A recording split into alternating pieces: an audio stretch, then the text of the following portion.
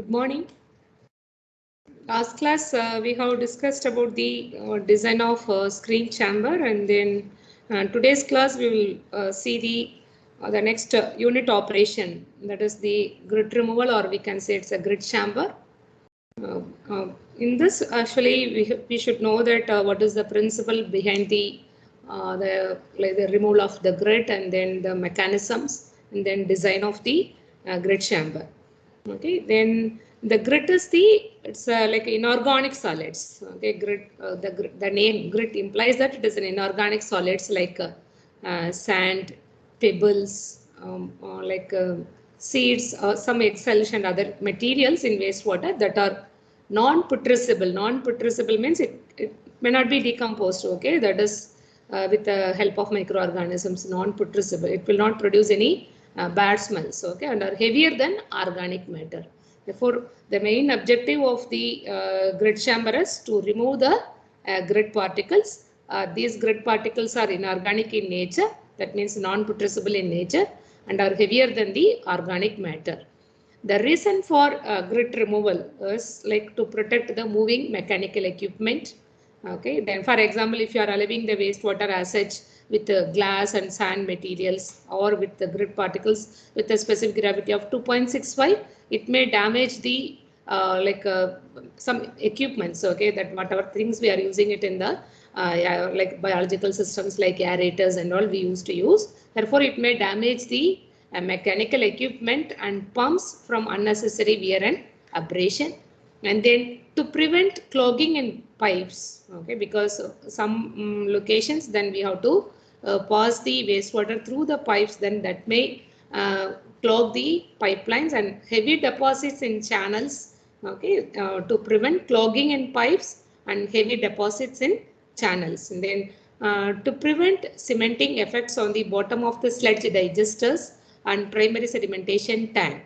Okay, then otherwise know that for example, if you are not removing the grit particle, the next unit operation is the primary sedimentation tank. Then also on the day I have explained that the whatever the sludge deposited, okay, in the primary sedimentation tank and secondary sedimentation tank is taken to the sludge digesters. Therefore, it may it may damage the sludge digester units, and then also it is harmful to the microorganisms. Therefore, we have to remove these impurities in the grit chamber. Then to reduce accumulation of inert material in aeration basins. Okay, that the next biological processes like aeration tank. Okay, after the primary sedimentation tank, then we have to pass the wastewater into the biological system. Therefore, if these grit particles are not prevented or not removed from the wastewater, it may deposit in the aeration basin. It may affect the performance of the aerator. It may affect the performance of the microorganisms. Okay, by considering this, the grit particle should be removed prior to the biological system. Okay, because the sludge digester is also operated based on the microorganisms concept, like biological process. We are using like anaerobic bacteria to act on the sludge to produce the methane and carbon dioxide gases. That is the energy recovery system. Then in the aerobic process, like in the activated sludge system, we are removing the dissolved organics. Therefore, the units or like biological treatment systems are very, very sensitive. Therefore, these grit particles should be removed prior to the biological system. Okay, then this is like we can operate the grit chamber in terms of like channel type or aerated mode with rectangular basins. It is a small narrow rectangular basins. Okay, maybe you can see this figure.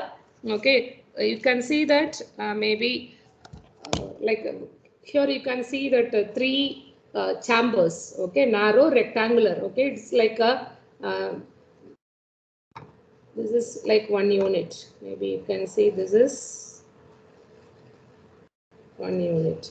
Similarly, you can see like three different chambers, narrow chambers. Here you have to retain the wastewater for a small period of time.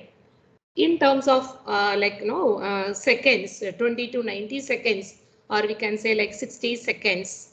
Okay, you are not, for example, in case of sedimentation tank and all used to retain the wastewater for 3 to 4 hours, but here you are just maintaining only 20 to 90 seconds. During that detention time, then the heavier particles, approximately having a specific gravity 2.65, is just retained, okay, or settled at the bottom of your grid chamber. Okay, therefore it is designed to remove type 1 settling discrete particles. Can you tell me what is type 1 settling? Maybe you have studied in water supply that different types of settling process. What are the different types of settling process? Students?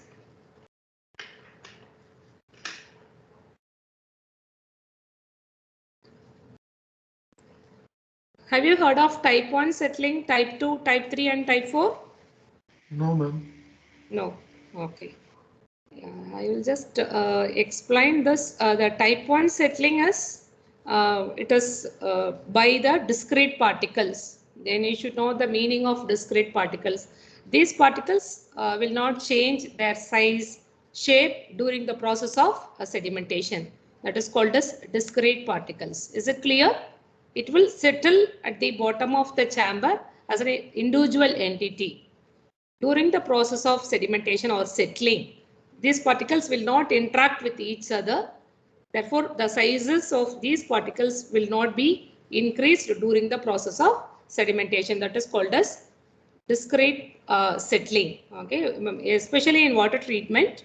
Okay, we can expect discrete settling and flocculent settling. Okay, if the particle sizes are 2.65, then it may settle as such. Okay, it will not interact with each other. Whereas if the particle sizes are very small, that means if the particles are colloidal in nature, okay, then it may take in terms of years to settle. Therefore, what we are doing is we are adding the coagulant, okay, in the water treatment system. The purpose of adding coagulant is to increase the size of the particle. Then the particle size will change during the process of sedimentation because of the chemical reaction with the coagulant. Therefore, that is called as flocculent settling, or otherwise that is called as type 2 settling. Is it clear? What is type 2? Type 2 means Yes, the size will vary during the process of sedimentation because of interaction with each other. Okay. Then third one is called type 3 settling. Type 3 settling is called as zone settling, and then type 4 is called as the compression settling. Okay, type 3 and type 4 you can expect only in the wastewater treatment, not in the water treatment.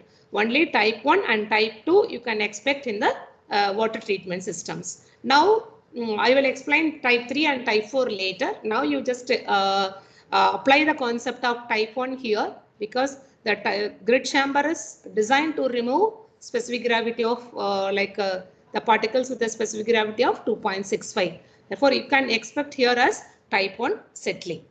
And then it is very important to maintain the horizontal flow velocity. That is a deciding factor. Okay, if you have to maintain the minimum horizontal flow velocity as 0.3 meter per second in order to the detention time is like 20 to 90 seconds, or it may be you can consider as 60 seconds may be the optimum.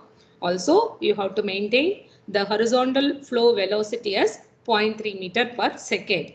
If there is, if for example, if the velocity is like if it is more than like maybe 25% increase with respect to 0.3 may result in washout of the grid particles, because if the velocity is too high, then the grid particles may be washed away from the grid chamber.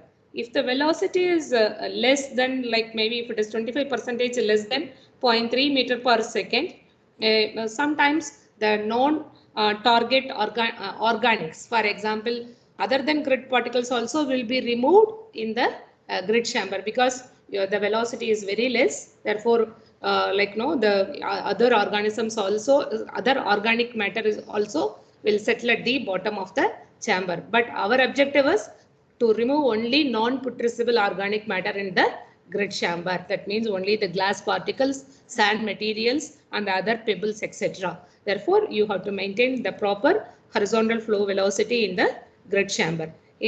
Sometimes in the real field systems, you can expect there is a variations in the flow. Accordingly, the velocity also will come down because you have constant designed grid chamber.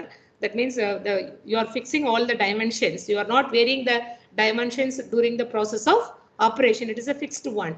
Therefore, in order to maintain the horizontal flow velocity as 0.3 meter per second, they used to provide a proportional flow weir. Okay, what is weir?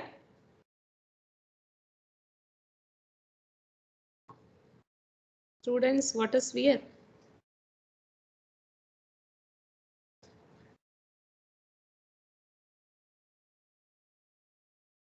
At the outlet, okay, at the outlet of the grid chamber, okay, maybe here it is.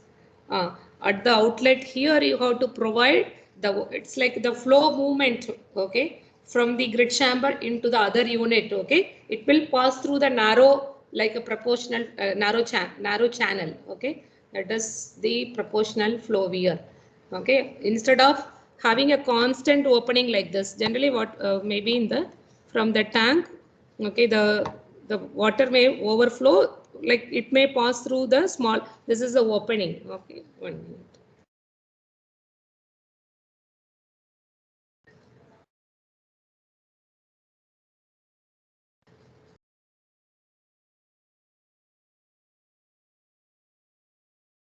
Yeah, you can see here.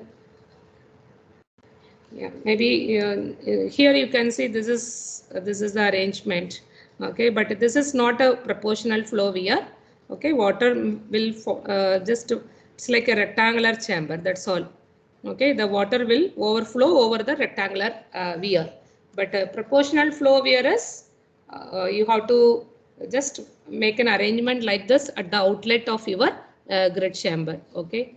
That means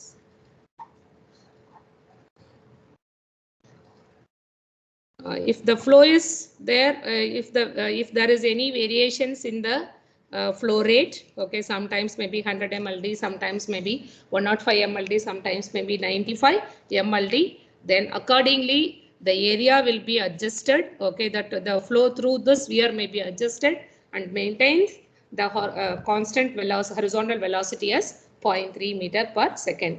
Therefore, in this design, you have to know what is the importance of the proportional flow weir, why we should maintain what the horizontal flow velocity as 0.3 meter per second. Then the purpose, okay, it is mainly to remove the grid particles with a specific gravity 2.65. Then one more important point is type 1 settling is taking place in the grid chamber. Okay, these are the different points you have to remember in the design of grid chamber, that is with a narrow rectangular basing. Okay, then next one is the aerated grid chamber. It's an advanced version of the like a normal grid chamber. Okay, the main purpose of this grid chamber is in addition to the normal settling, okay, by like a type 1 settling, okay, then you are just passing the air. That means you are inducing like a spiral action. You are inducing like introducing the air from the bottom. That will induce a spiral action. Okay, the flow may be like the pathway may be the spiral pathway, and then that helps in removing the grid particles from the wastewater. Okay, widely used for selective removal of grids. Create a spiral current within the basin using the diffused compressed air. Okay, that means you have to supply the air from the bottom. It creates the spiral path that helps in removing the grid particles. Okay, then the one more advantage here is because here the roll velocity, that is the spiral action, is more important than the horizontal velocity to separate the non-target organics like grid particles. Therefore, artificial control of horizontal velocity, that the parabolic section, that is the proportional flow weir, is not at all important at the outlet of the aerated grid chamber. Okay, that is a one more advantage of going with aerated grid chamber. we can expect two important actions here. One is it is not necessary to provide the parabolic wear that is at the outlet. The second one is in addition to that, like a regular settling, you are providing the air that carries the lighter particles to the top. Okay, the heavier particles will settle at the bottom of your grid chamber. Okay, then generally for removal of oil and all, what they used to do is like they pass the compressed air from the bottom. Then the compressed air will be attached with the oil particles and carries that oil particles to the top. Then heavier particles will settle at the bottom. Therefore, the main purpose is here is like both you can expect like settling of heavier particles simultaneously carries the lighter particle to the top. Then one more important thing is that, for example, sometimes if you are passing the septic sewage into the grid chamber, aerated grid chamber, okay, already the septic means that there is no dissolved oxygen in your wastewater. It is in a septic condition. It is in a black with there is no dissolved oxygen. That induces lot of bad odors. Therefore, by providing air, definitely we can remove that bad odor from the site. Okay, therefore these are the some of the benefits related to the aerated grid chamber. Okay, the selection of the normal grid chamber or aerated grid chamber is based on the purpose. Okay, you can see here, no? I think is it visible? You can see this is the screen chamber. You can see here it is a screen chamber. Okay, then wastewater is coming from other side. From this side, wastewater is coming, and then it has passed through the narrow rectangular chamber. That is a normal one. It is not an aerated grid chamber. It is a normal grid chamber. And then this one is the like a grid removal mechanism. Okay, this will move. Okay, from here and there over the platform, and then sometimes now it is attached with the scraper at the bottom. Then it will remove all the deposited grid materials. Okay, this is the grids. You can see here initially here the grid removal mechanism is here. Okay, it is just near to the outlet. Maybe you can see here this drawing. Okay, the grid removal mechanism is it is very near to the inlet. Okay, it will move horizontally from the one end to the other end of the grid chamber, and then helps in removing the deposited grids from the grid chamber. Is it clear about this, students? Yes, ma'am. Yeah. Yeah, here also you can see the concept of like aerated grid chamber. These are the diffused aerators. Okay, these units are diffused aerators. Okay, that will supply the air to the wastewater. These are the things I have already taught. Then we will move to the design part. Okay, please note down some important design criteria. Generally, the grid chambers, then primary sedimentation tank and screen chambers are designed for maximum flow. Okay. Last class also we have discussed about the design of a screen chamber. Okay, we have designed it for the maximum flow or peak flow. Okay, here also this unit is also designed for the peak flow. Can you just tell me that some units are designed with average flow, some units are designed with peak flow, especially the biological systems are designed to be designed with the average flow, whereas the unit operations, physical unit operations, okay, these units are to be designed with maximum flow. Can you tell me the reasons?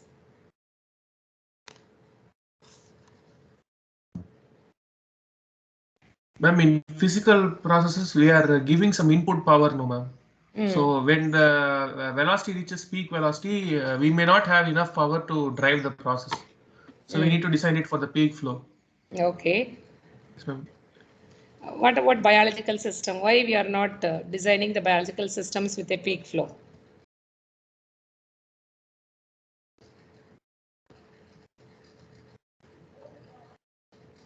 The reason is that biological systems are so sensitive. The microorganisms are so sensitive. If there is any fluctuations in the wastewater flow or in the composition, it may take time to adjust to the new conditions.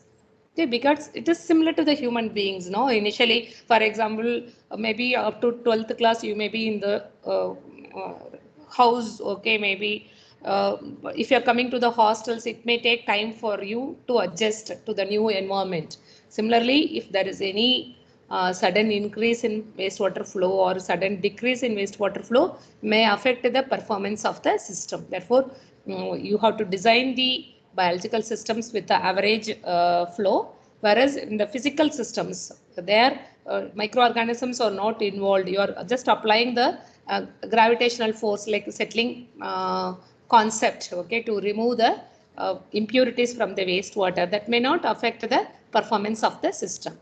Mainly to maintain the horizontal velocity, we are just providing the proportional flow here at the outlet, okay, to maintain that whatever may be the flow, then accordingly the velocity may be maintained as 0.3 meter per second. Like that, you are just concentrating some like important things only at the outlet. Okay, therefore these units are generally designed for maximum flow. Now please note down the design criteria.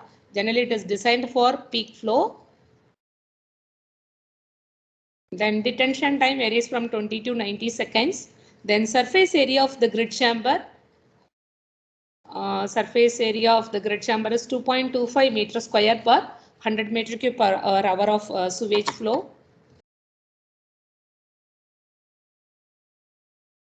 Then quantity of grit accumulation.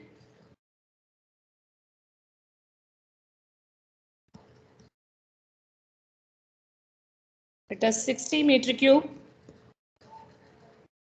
per million meter cube of sewage.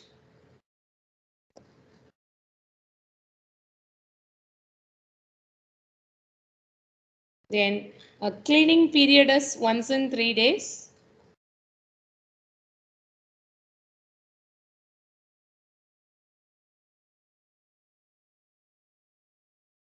Once in 3 days, and then horizontal flow velocity is 0.3 meter per second.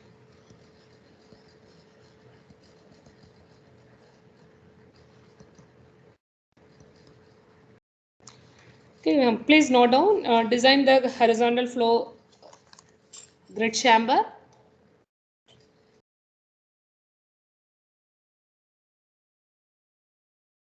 With the peak flow of 4.2 mld. 4.2 mld. Then adopt the detention time as 60 seconds. Okay. Here you have to find out what will be the size of the grid chamber. Okay, based on the flow and the horizontal flow velocity, then you have to find out the like the surface area, okay, cross sectional area, and then also the size of the grid chamber. Okay, then here the peak flow is given as 4.2 mld, and then maybe you can convert into meter cube per hour. What is the value for in terms of meter cube per hour? Because they have given the surface area requirement as 2.25 meter square per 100 meter cube per hour of sewage flow. Therefore, you just convert the peak flow. This is million liters per day. Then you convert into the meter cube per hour. It is 4.2 into 10 power 6 to convert the million liter into liters. Then multiply with 10 power minus 3 divided by 24. You can get the peak flow in terms of meter cube per hour. Then surface, they have given the surface loading rate. What is surface loading rate? Students?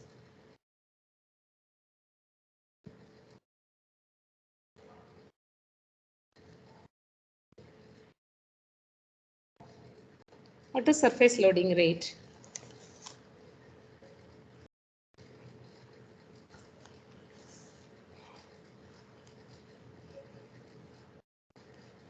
No one is opening your mouth. What is surface loading rate? Loading rate. amount of load, or in case of this wastewater, which can be loaded on surface? That is the flow rate, how much flow you are applying over the surface area of your grid chamber. Okay, that is the surface loading rate. The unit for surface loading rate is like meter square per meter cube per hour. Then just note down the surface based on the surface loading rate of 2.25 meter square per 100 meter cube per hour. And then you find out the surface area requirement, that is equal to 3.94 meter square.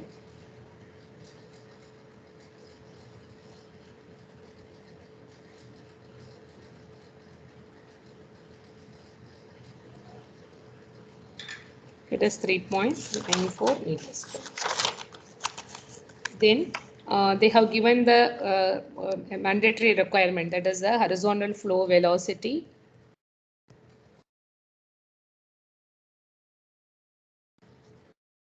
as 0.3 meter per second. Then you can find out the cross-sectional area.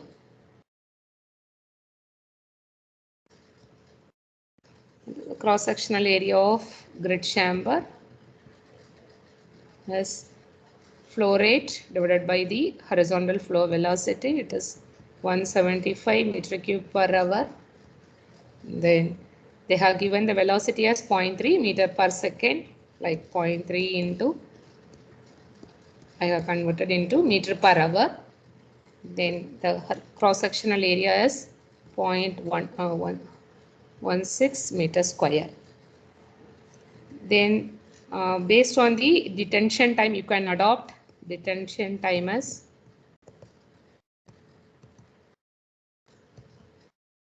like 1 minute or 60 seconds. Then we can calculate the length of the grid chamber. Chamber is equal to the horizontal flow velocity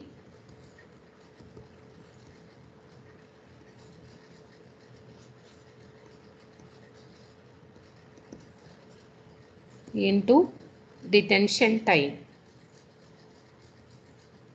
Detention time is 60 seconds. Then we can calculate the length of the grid chamber, that is 0.3 into the detention time is 60 seconds. Then you will get length of the grid chamber is 18 meter. Then already you have a surface area.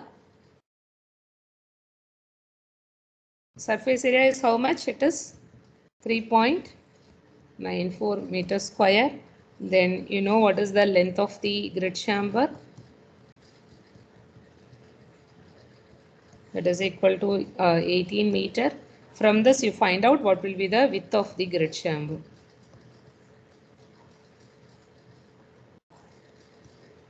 That is equal to 3.94 divided by 18. That is equal to 0.22 meter. Is it clear, students? Yes, ma'am.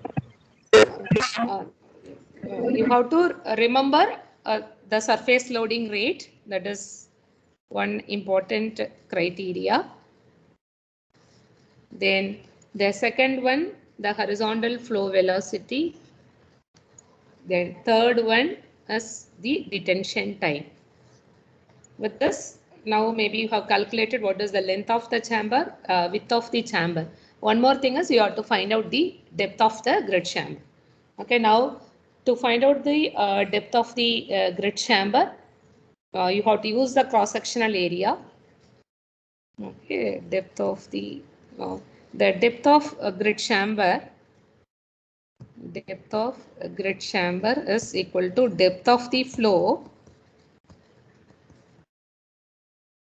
plus depth for the grit accumulation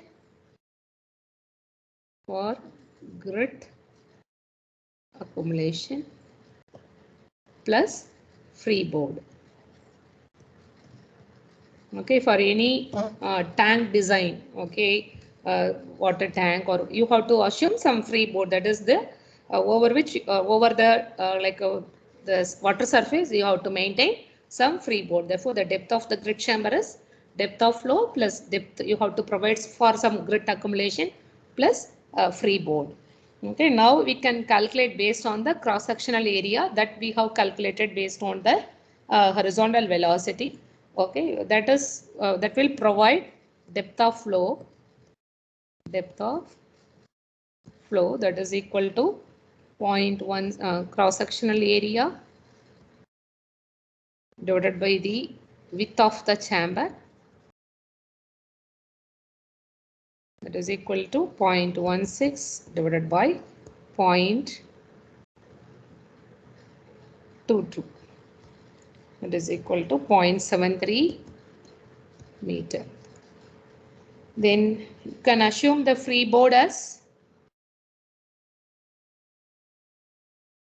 generally the freeboard may be like 0.3 to 0.6 meter. Then third one, you have to calculate the depth of grit accumulation. Therefore, we should know how much amount of grit to be accumulated here. Therefore, quantity of grit accumulation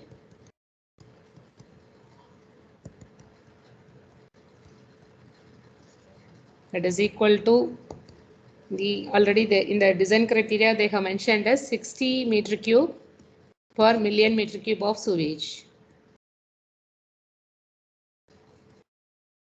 The grit accumulation, quantity of grit accumulation is 60 meter cube per million meter cube of sewage, and then 60 divided by 10 power 6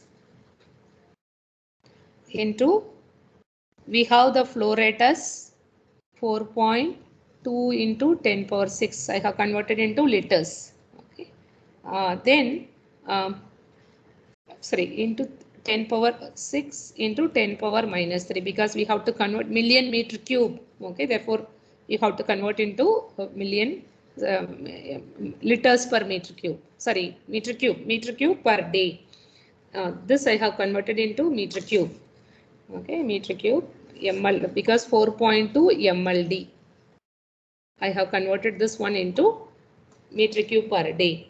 Then the cleaning period for the grit accumulation is once in 3 days. That means the storage should be provided for maximum period of 3 days. Therefore, multiply with 3. Okay, the 3 is the 3 is to consider the cleaning period. Okay, that means the grit to be accumulated for maximum duration of 3 days. Therefore, you just multiply with 3, then find out how much amount of grit, okay, is accumulated in that, or we can say like volume of grit accumulation. Volume of grit accumulation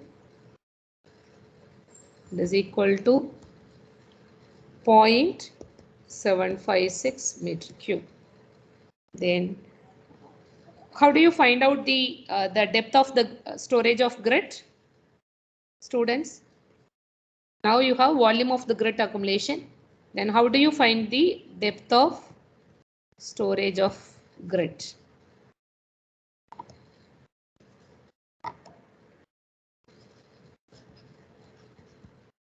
You just imagine, already we have calculated some unit, like the area. Okay, we have calculated the surface area, we have calculated the cross sectional area.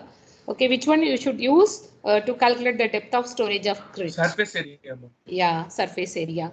Okay, therefore you know what is the volume of the grit accumulation, that is 0.756 divided by the surface area. Surface area of grit chamber, that is equal to how much? It is 0.756 divided by 3.94. Then it is equal to 0.19 meter. Then therefore total depth of tank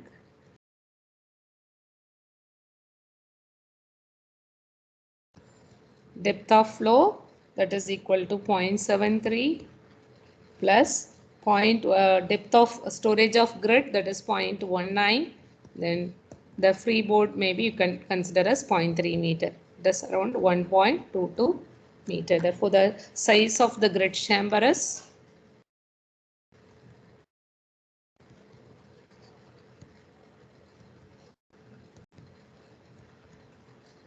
18 meter, that is the length, and then 0.22 meter into 1.22 meter.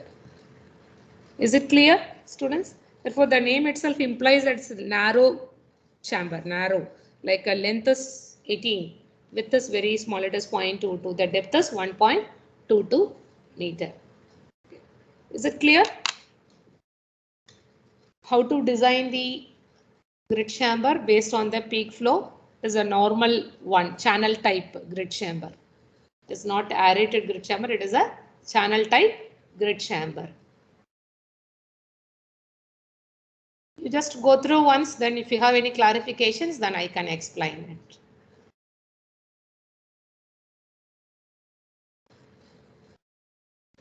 You can just go through, they will give the design criteria, okay. Then some important points you should remember, okay. For example, the horizontal flow velocity, surface area, detention time, 3 things are very important. Okay, because you should be very clear with the detention time. Somebody is asking you with what is the detention time in sedimentation tank? You should able to tell that it is 2 to 4 hours. What about the detention time in grid chamber? It is 20 to 90 seconds. Somebody may ask you that what is the detention time in screen chamber? Then the screen chamber you are not using like the detention period time concept. Okay, you are just using like approach velocity concept. Okay, if that system reaches the maximum head loss, that you have to clean that. There the main important things are like the spacing between the bars.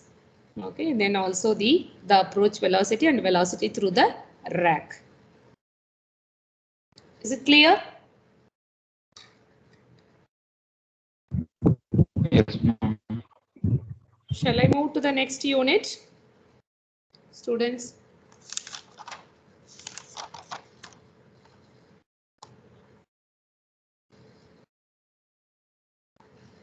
Do you have any clarifications here? No, ma'am.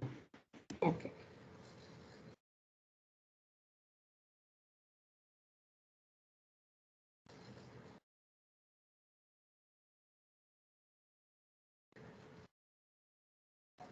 Yeah, then I will move to the design of aerated grid chamber.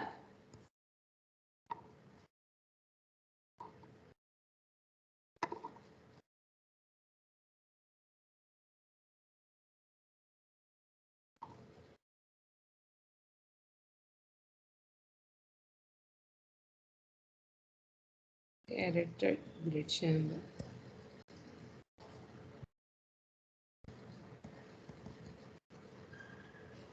You can note down the problem.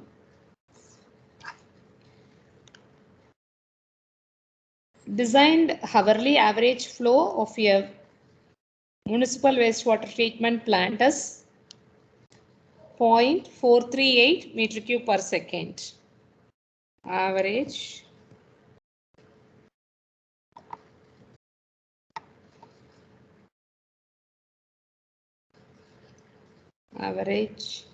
hourly flow, that is equal to 0.438 meter cube per second. Then design an aerated grid chamber. Design an aerated grid chamber where the detention time of the peak flow rate is 4 minutes. Detention time 4 minutes. Here they are just increased the detention time from like in the previous one, like the normal channel type, it is 20 to 90 seconds. Whereas in aerated grid chamber, the detention time is from 2 to 5 minutes. Okay, 2 to 5 minutes. Here in this problem, they have adopted 4 minutes. Then you just remember about the air supply. Okay, air supply, because this in this unit we have to supply the air with the help of diffused aerators. Therefore, you have to calculate how much amount of air to be required. The air needed is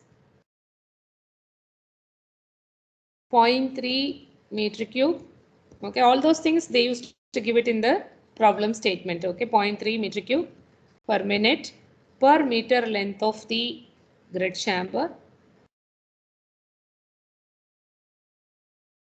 Because the aeration unit to be provided throughout the length of the grid chamber. Therefore, you have to use this unit 0.3 meter cube per minute per meter length of the grid chamber to calculate the amount of air requirement. Then the volume of grid, okay, the volume of grid is there we have used it is 60 meter cube per million meter cube of sewage. Okay, then here it is the volume of grid accumulation. Grid accumulation is equal to 0.015 meter cube per 10 power 3 meter cube of sewage per day.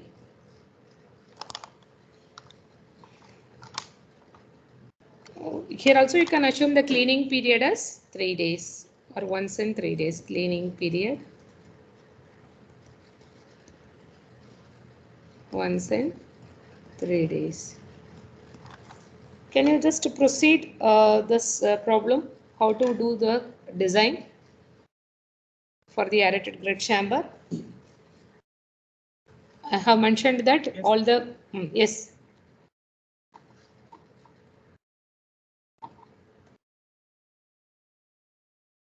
Yeah, you tell me.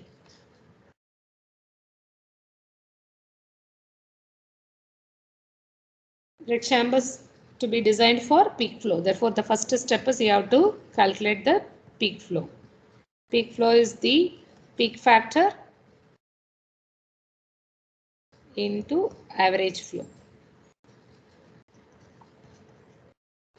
Here they have given the average flow. Therefore, you have to calculate the peak flow. Is peak factor is generally considered as 3. Therefore, 3 into average flow, it is 0.438. Then you will get 1.314 meter cube per second. Then actually in this problem, the statement itself they have mentioned use the 2 chambers. Please note down in the problem statement itself. Please note down that use the 2 chambers. That means the flow may be diverted. That means the divided it may be divided by 2. Okay, to get the flow for each chamber. Okay. Therefore, can you calculate what will be the volume of each grid chamber? By considering the detention time, we can easily calculate what will be the volume of each grid chamber. Volume of each grid chamber, because they have you planned the 2 chambers. The volume of the grid chamber is, you know what is the flow rate, peak flow rate, it is 1.314. Then this is meter cube per second. Then detention time is, in the problem statement they have given the detention time as 4 minutes. 4 minutes. Then you convert into seconds, then multiply with the 60. Then they are using 2 units, therefore divide the total volume divided by 2 to get the volume of each grid chamber. Is it clear?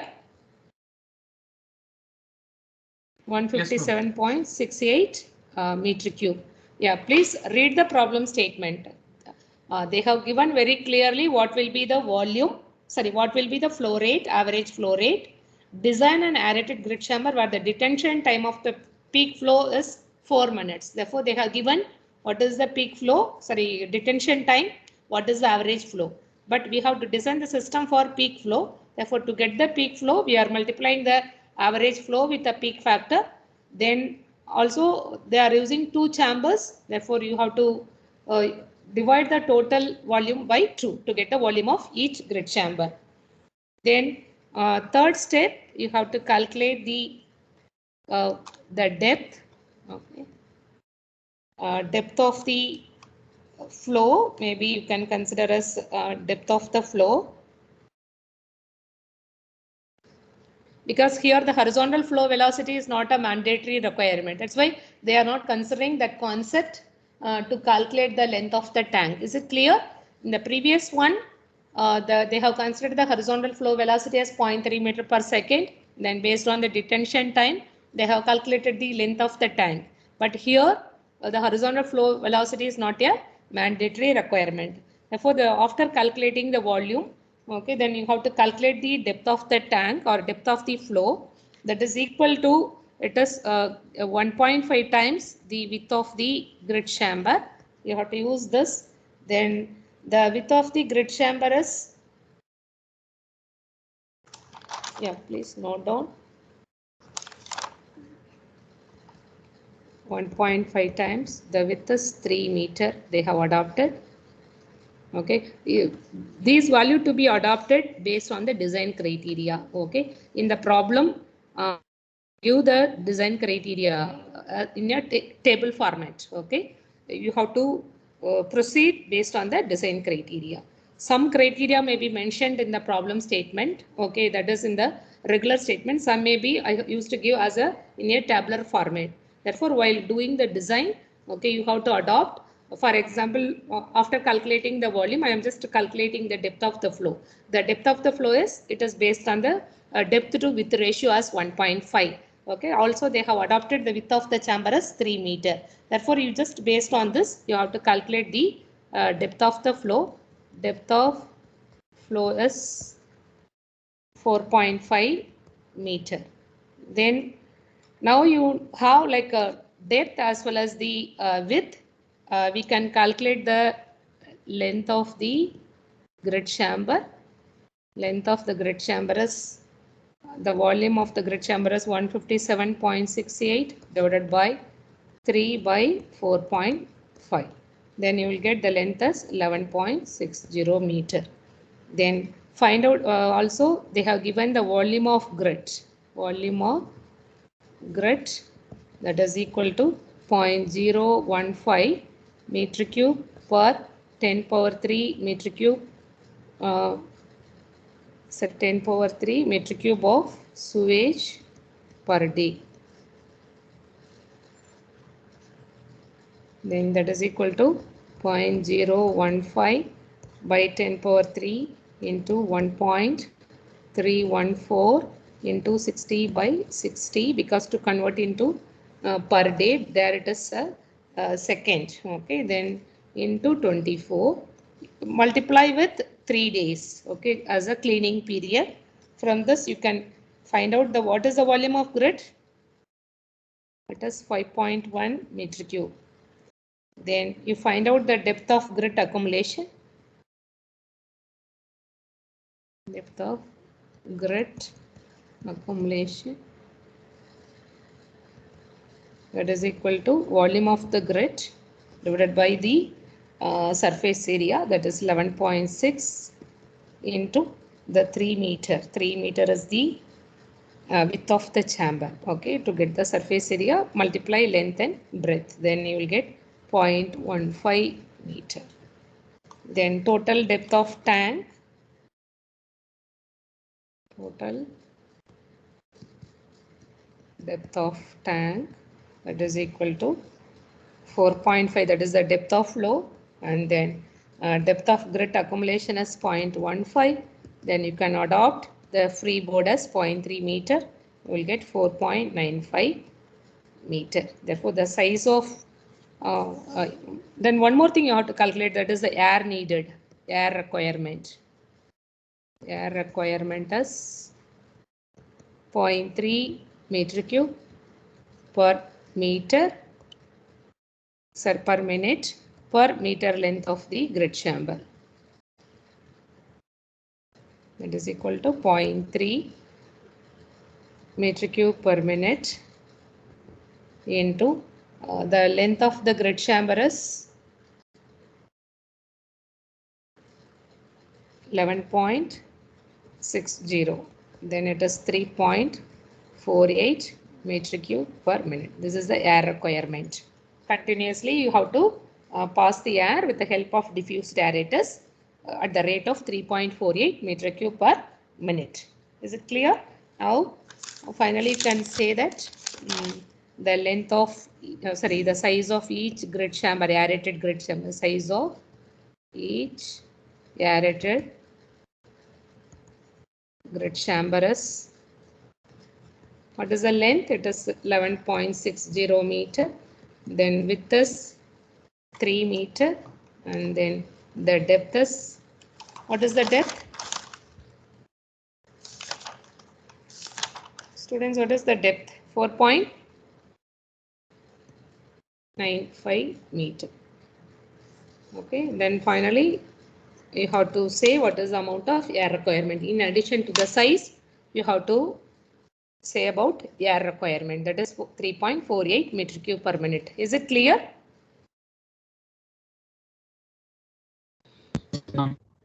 Yeah, please go through the design. Yes, ma'am. Yeah, then if you have any clarifications, that we will discuss in the next class. Okay, 1 minute. I will just take the attendance. Yeah.